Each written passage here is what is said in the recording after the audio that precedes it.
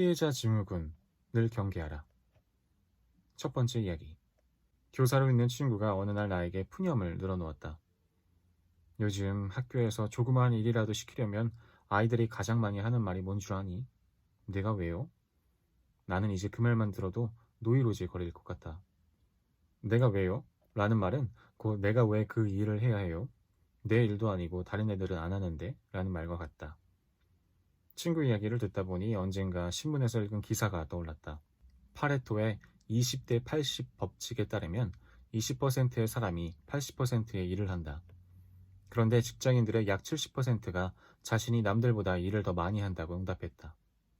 이는 많은 사람이 자신이 손해보고 산다는 피해의식에 젖어 있음을 보여준다. 그들은 외친다. 상대방에게 밉보일까봐 차마 입 밖으로 소리내어 말하지 못하는 사람이 대다수이긴 하지만 내가 왜 희생해야 하죠? 왜 나만 일을 더 해야 하죠? 라고 말이다. 이처럼 그들이 희생을 기피하게 된 원인은 어디에 있을까? 현대사회는 냉혹한 경쟁 속에서 개인이 혼자만의 능력으로 싸워서 이겨야 하는 개인 위주의 사회이다. 개인은 쓸모가 없어지는 순간 그 즉시 폐기당할 수 있는 소모품이 되어버린다. 이런 상황에서는 집단을 위해 나를 희생하기보다는 지금 당장 내가 얻을 수 있는 최대한의 이익을 이끌어내는 것이 더 중요해진다. 그러니 남을 위해 희생하는 것은 바보들이나 하는 행동인 것이다.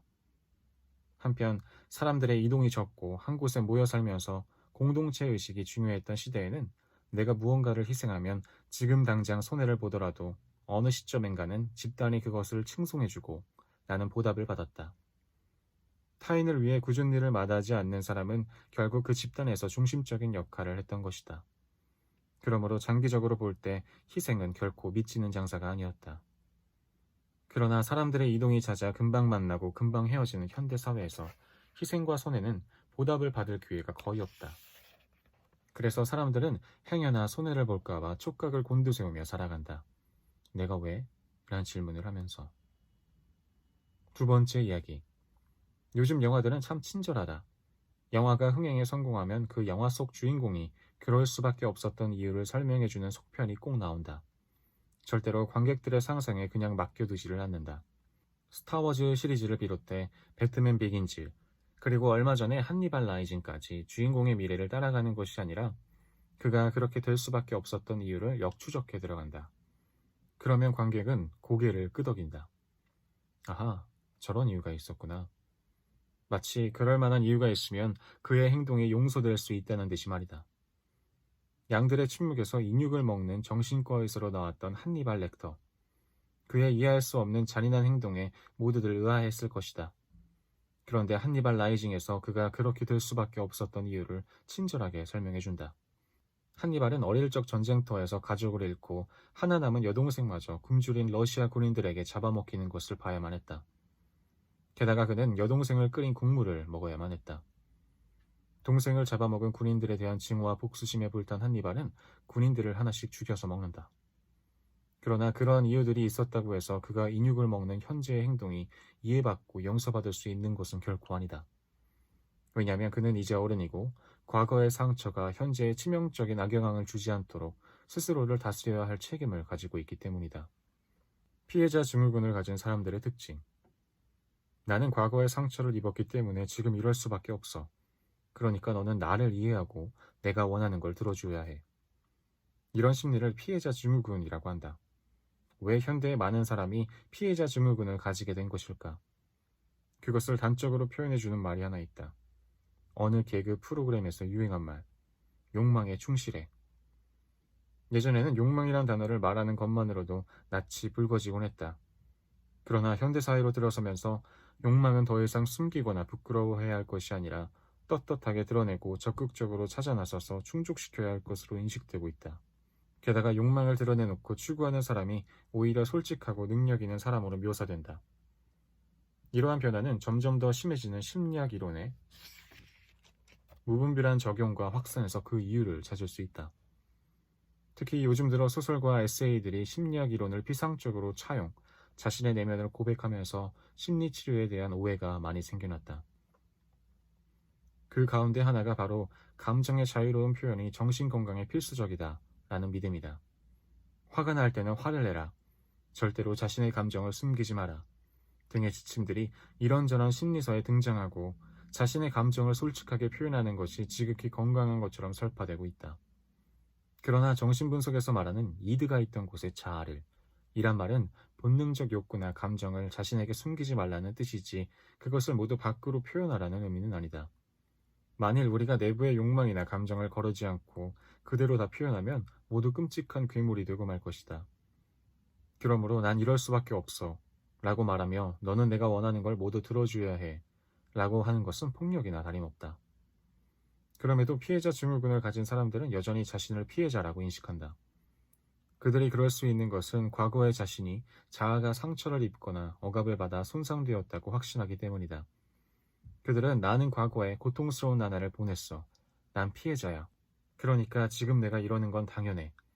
너희는 나를 이해하고 감싸주어야 해. 그리고 과거에 못 받은 사랑을 너희가 나에게 주어야 해. 라고 생각하는 것이다. 2007년에 많은 인기를 끌었던 드라마 내 남자의 여자에서 화영이 그랬다. 성형외과 의사인 화영은 가장 친한 친구인 지수의 남편과 불같은 사랑에 빠진다. 자신의 욕망에 충실한 화영은 결국 지수의 남편을 빼앗아 자기 것으로 만든다. 너희가 어떻게 나에게 이럴 수 있니? 짐승 같은 것들. 이란 지수의 울부짖음에 화영은 그래, 우리는 짐승이야. 행복한 짐승. 이라고 태연히 맞받아친다. 예전 같으면 감히 상상도 못할 행동과 말을 서슴없이 내뱉는 화영.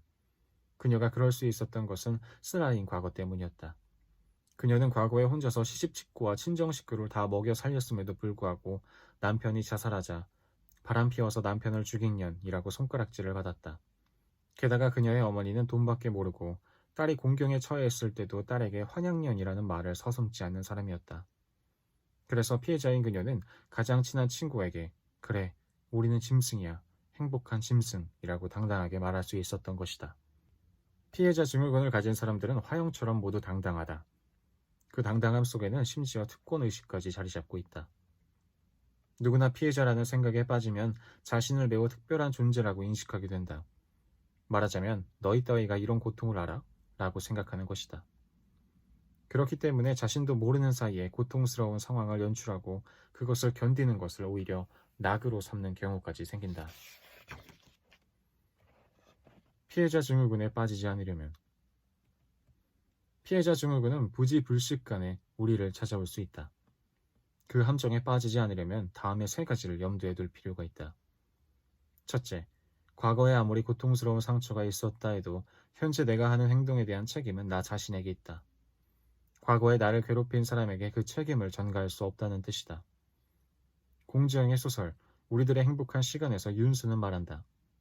책임을 진다는 것은 이유와 어찌되었든 그 일은 바로 내가 한 행동임을 인정하는 것이라고 말이다. 그리고 과거의 상처에 묶여 있어서 고통스러운 것은 나 자신일 뿐이다. 심지어 나에게 고통을 준 사람들은 그런 사실을 다 잊어버리고 행복하게 살고 있을 수 있다. 충분히.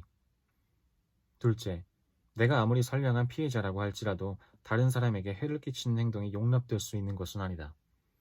그것은 그저 해서는 안 될 악한 행동일 뿐이다. 그러므로 피해자라는 생각에서 벗어나 나 자신에게 솔직해질 필요가 있다.